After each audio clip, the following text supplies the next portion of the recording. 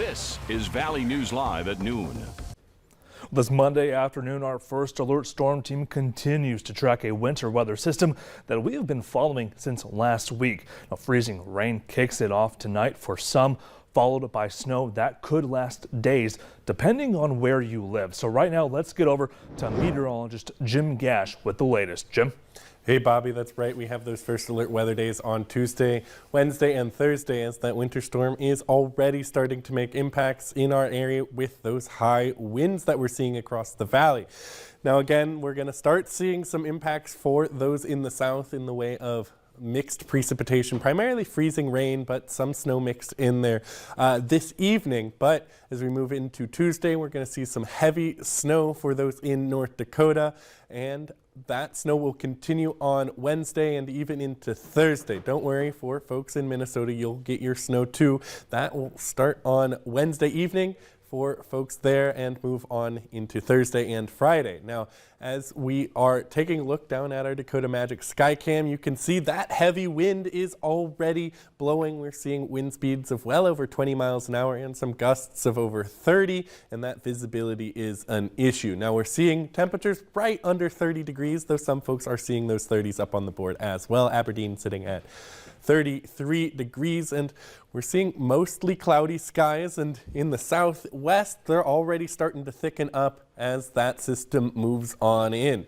Now, here in Fargo, we're going to see those temperatures hover right about freezing for much of the day, and by around bedtime we'll start seeing that freezing rain for us here in Fargo.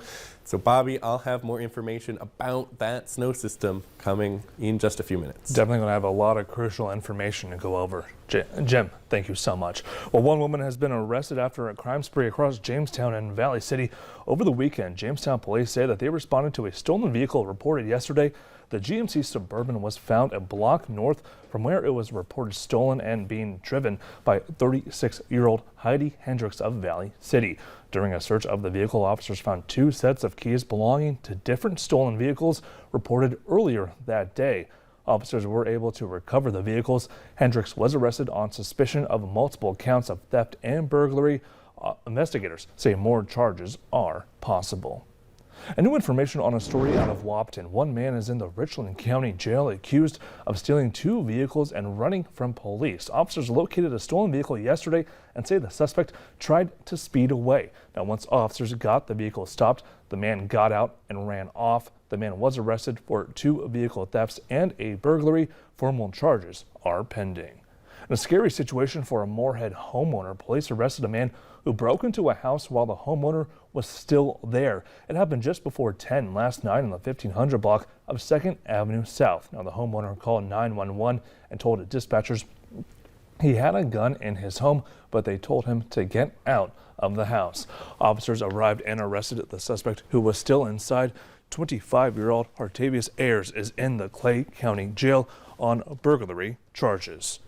Well, it's the largest U.S. onshore oil spill in nearly a decade. There is a rush to repair and clean up a ruptured part of the Keystone Pipeline in Kansas. The owner, Canada's TC Energy, shut the pipeline down after more than 500,000 gallons of crude oil poured into a local creek, which runs through rural pasture land.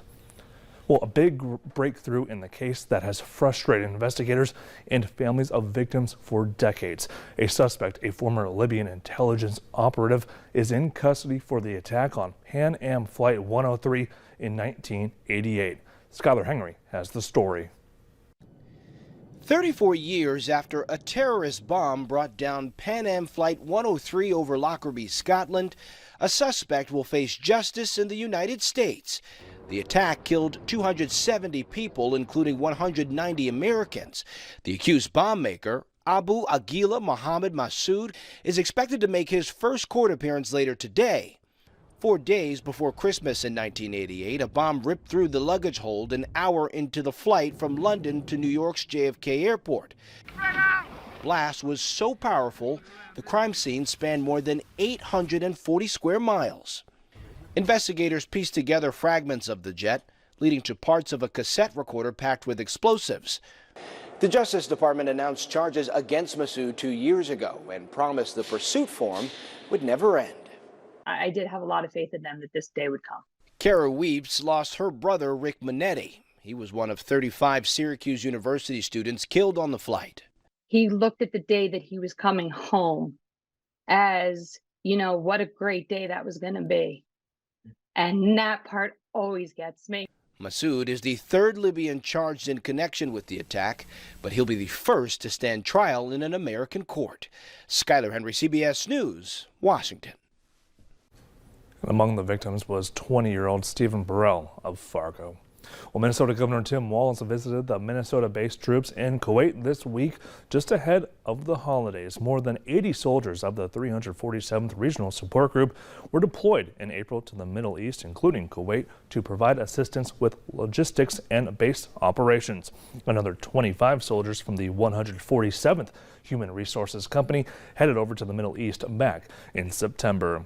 And NASA says the success of the Artemis 1 mission means astronauts will be aboard the next flight to the moon. The Orion capsule, with no one aboard, splashed down in the Pacific Ocean yesterday near Baja, California. The 25-day test flight sent home some of the most amazing moon images that have ever been seen. NASA plans 2 more Artemis test flights before it launches regular missions to the moon to establish a lunar base camp. The Fargo Salvation Army is hosting a free toy shop for families needing help providing presents this holiday season. Toys are available for children ages 12 and under, and the deadline for families to register is today. To sign up, go to the Salvation Army website. The toy shop will be held at Hope Lutheran Church on December 20th and the 21st. Well, coming up at noon, nominations just announced for this year's Golden Globe Awards. We'll tell you who's in the running. But first, weather to plan for a winter weathery maker is on its way to the valley.